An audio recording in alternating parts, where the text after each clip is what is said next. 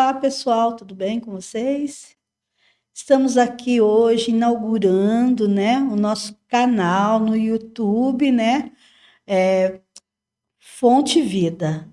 Gostaria que vocês, né, seguissem, né, compartilhar, curtir, seguir, né. Hoje vamos interagir num contexto, né, histórico, né, sobre o mês, né, laranja, sobre abuso e exploração sexual infantil de crianças e adolescentes. Eu gostaria que vocês estivessem aqui conosco participando, né, fazendo aí breves comentários.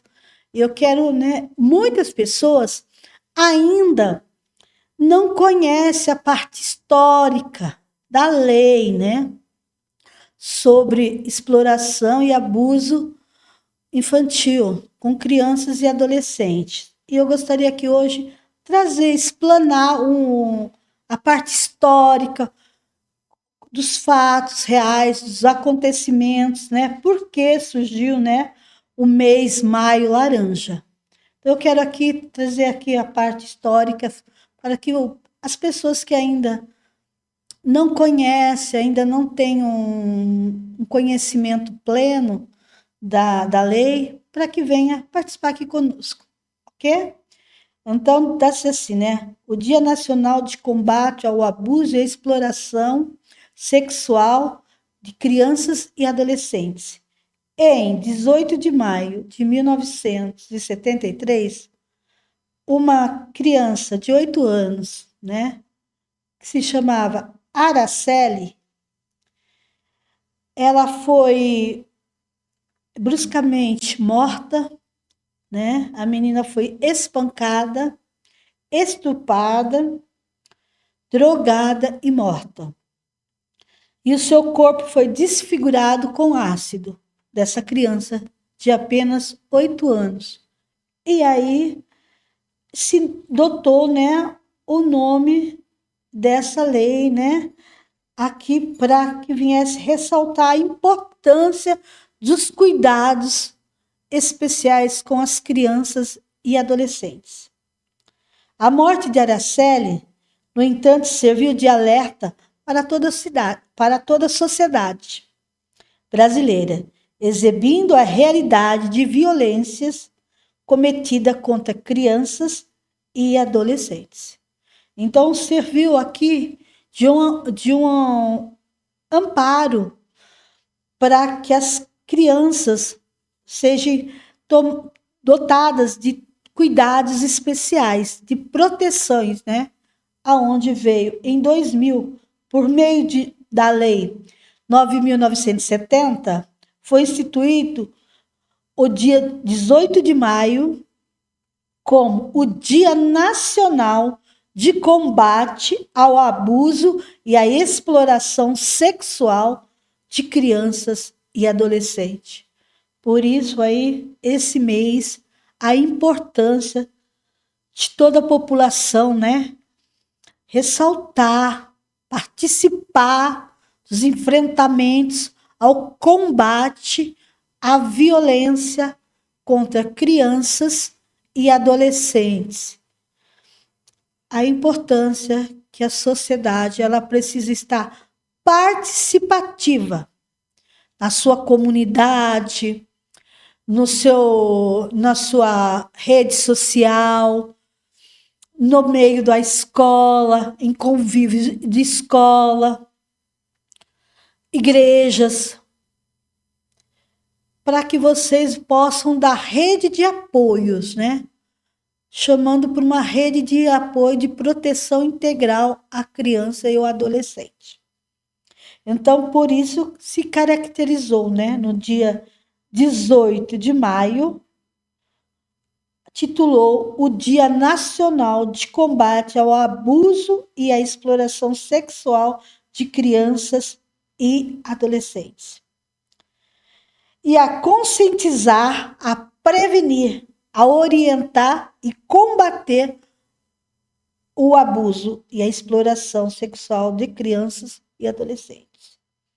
Então, essa lei é uma lei federal titulada, né, em 2000 em 2000, sancionada, né, pelo ex-presidente, né, Jair Messias Bolsonaro, em prol a essa vítima e todas as vítimas que têm sido, né, que estão em acontecimentos nas atualidades. Quantas vítimas ainda estão sofrendo por abusos?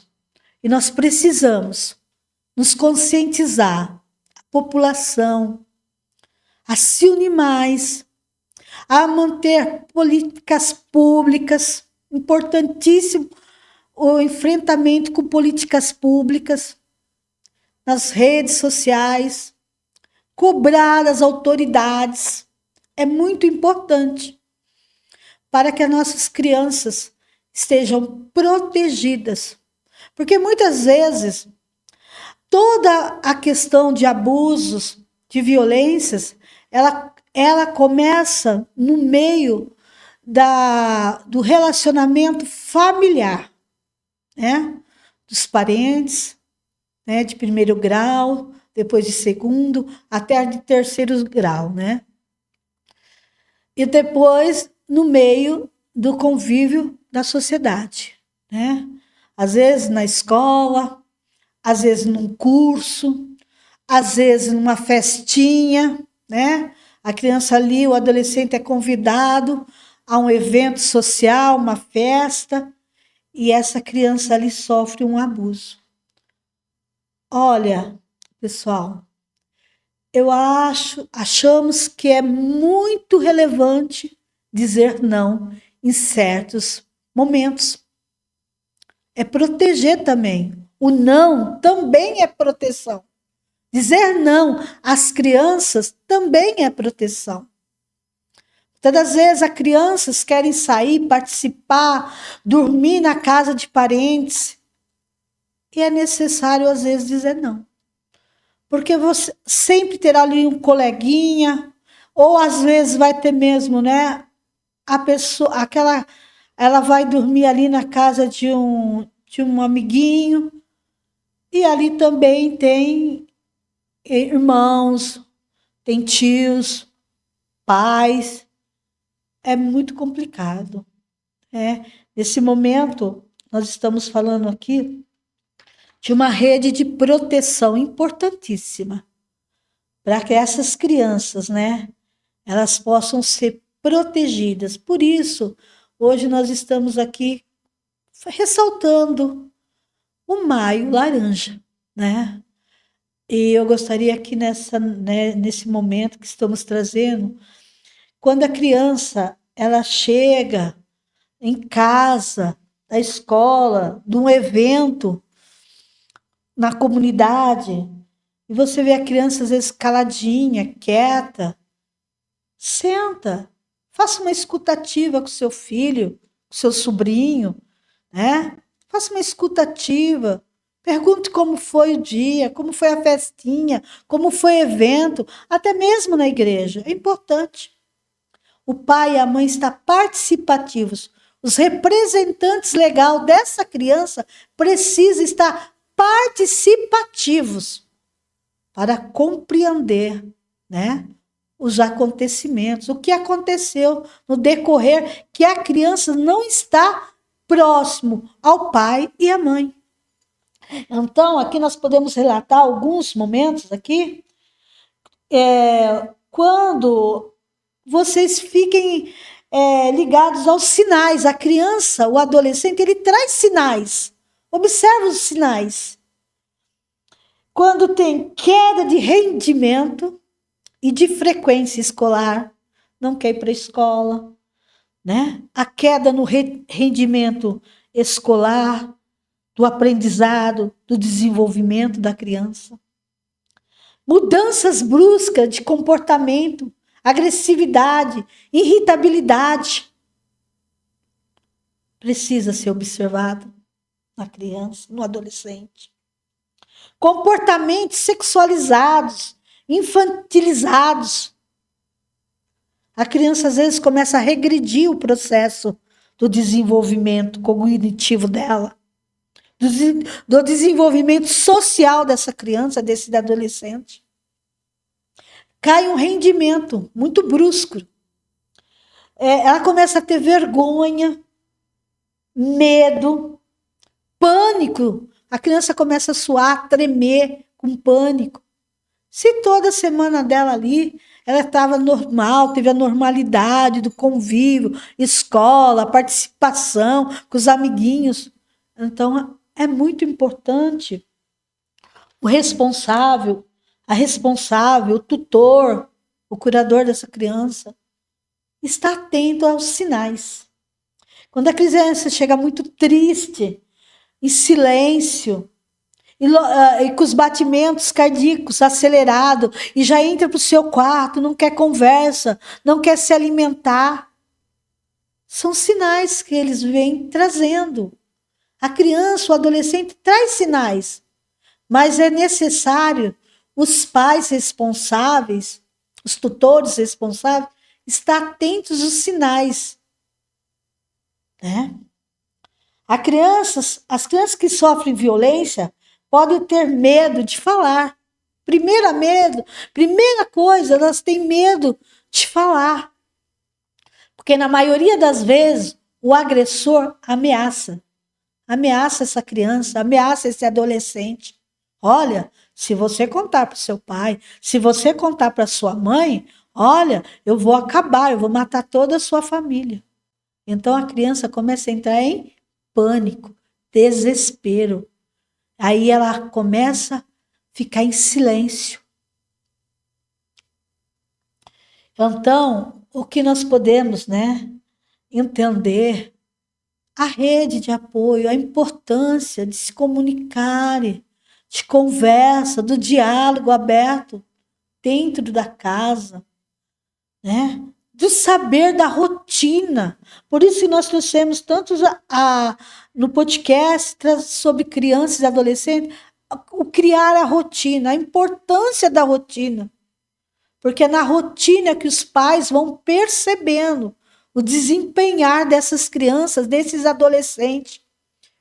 Como eles estão desenvolvendo, o dia a dia deles.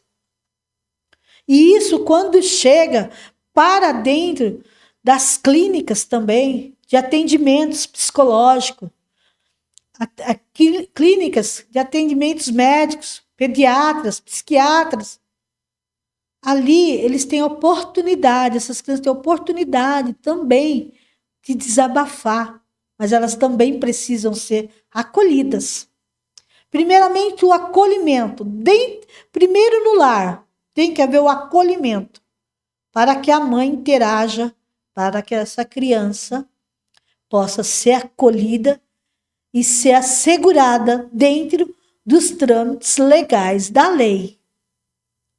Acionar o conselho, ir até uma delegacia, registrar uma ocorrência, um boletim de ocorrência, depois pedir o exame médico legal, depois entrar com ação, se necessário, de urgência, no judiciário.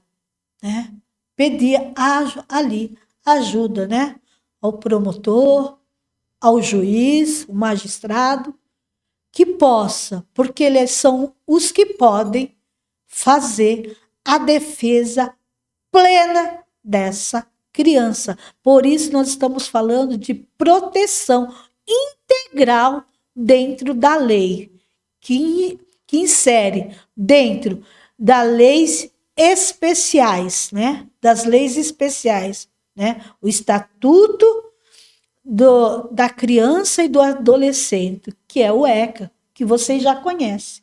Depois, as leis penais. E assim sucessivamente. Procurar ajuda.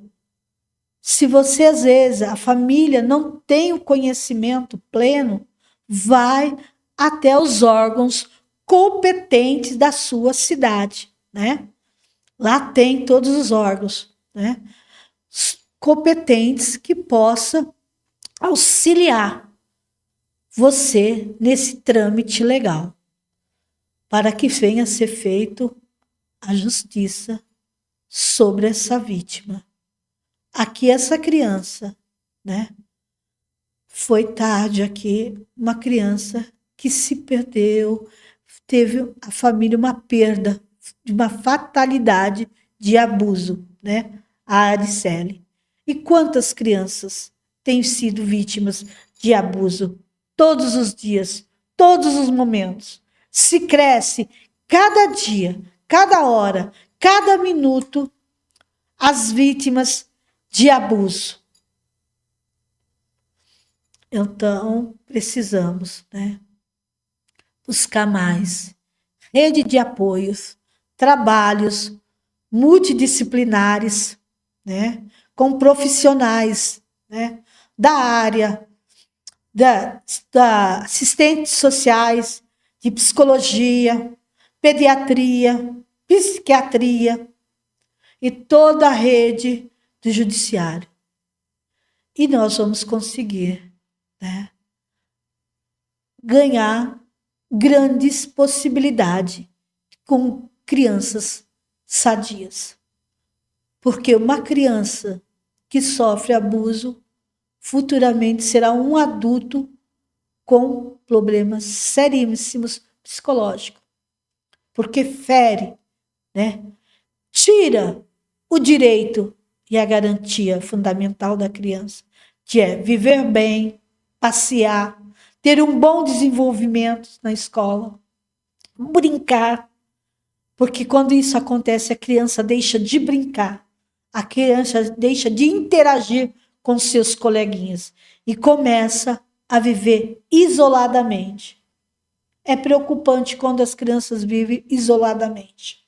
Precisa haver uma avaliação profunda do que está acontecendo. Porque geralmente o abusador ele está no meio infrafamiliar, familiar.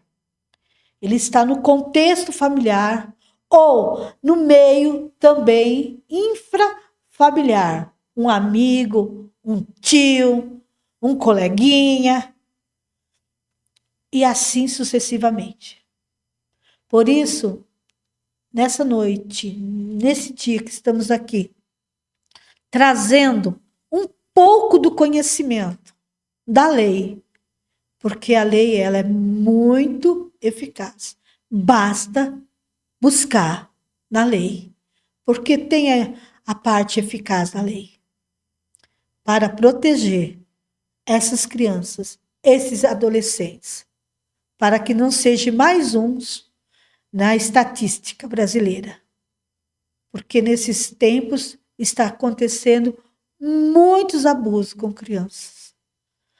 Antes era criança de 3 a 4 anos. Hoje já é bebês, muitos bebês sendo abusados sexualmente por padrastos, por madrastas, por pais, até mesmo biológicos,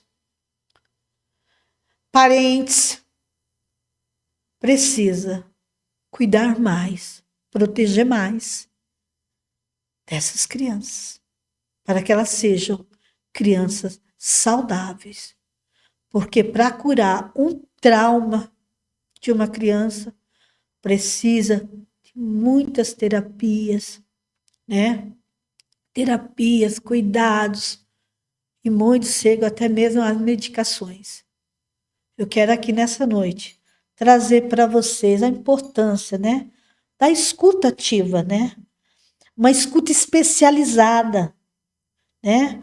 Com um procedimento de entrevistas, de avaliação, avaliar na escola, né? O comportamento, quando você vê que aquela criança sempre está brincando, correndo, e de repente ela começa a recuar, ficar no cantinho, se isolar, é momento de você chegar nos familiares, né? Você que tem, né, autoridade como pedagogos, diretores, diretoras, coordenadores, coordenadoras, professores, auxiliares de sala, começar mais a observar, trazer mais um olhar empático a essas crianças, a esses adolescentes. Muitas vezes o que tem acontecido, idealizações suicidas com adolescentes, são por causa de tentativas de abuso. Tentativas de abuso. Por esses dias eu estava lendo ali no noticiário uma criança de apenas 6 anos fez uma idealização suicida, porque já não suportava mais o sofrimento com abusos do seu lar. E ela ela disse ali para os equipe da saúde, ela tirando a vida e aliviar o sofrimento de apenas uma criança de 6 anos. Precisamos urgentemente ter um olhar empático, um olhar muito e extremamente de cuidados com as crianças. Independente se for numa lanchonete, se for para dentro de uma área de uma comunidade, de uma igreja, se for para dentro até mesmo das escolas, está sempre observando a ida e a vinda dessa criança.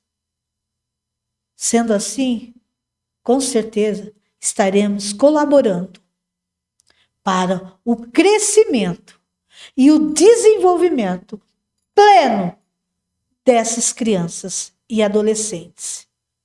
Para que essa estatística ela venha a diminuir, é necessário, porque aí diminuirá muito também quando essas crianças crescerem, atendimentos psiquiátricos seríssimos, até mesmo internamentos com surtos psicóticos e remédios, para que elas não venham ser adultos doentes.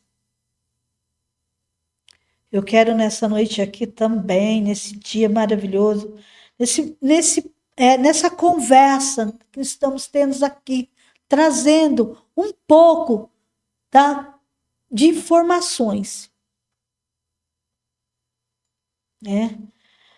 Tendo proteção integral. E ali também, né, com atendimentos, para os atendimentos socioassistenciais.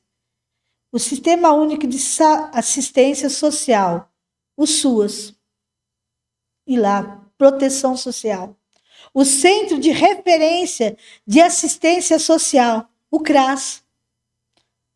E o Centro de Referência Especializado de Assistência Social, o CREAS.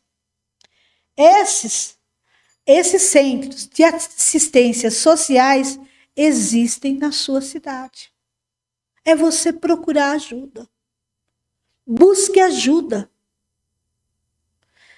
Denuncie. Não importa se é vizinho, colega, parente, denuncie. Muitas vezes a companheira, a esposa não denunciam com medo que essas crianças irão passar necessidade. Não faz denúncio. Mas precisa denunciar. Perder o medo. Porque as pessoas, quando denunciam, ajuda, colabora ao enfrentamento do combate ao abuso de criança e adolescente. E também a exploração. Quantas crianças? Eu quero aqui alertar crianças em redes sociais, postando. Gente, nas redes sociais é adulto. É adulto. O adulto tem que estar ali, vendo que essa criança está ali participando.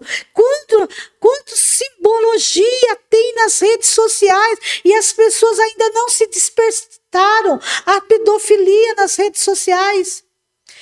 Eles colocam lá no perfil as preferências. Tudo por simbologia. dias. E a criança começa ali, aquele adolescente, interagir, até que aquele abusador, ele ali marca encontro.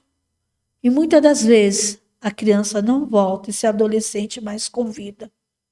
E muitas vezes o pai consegue e a mãe ainda a recuperar, né, essas crianças.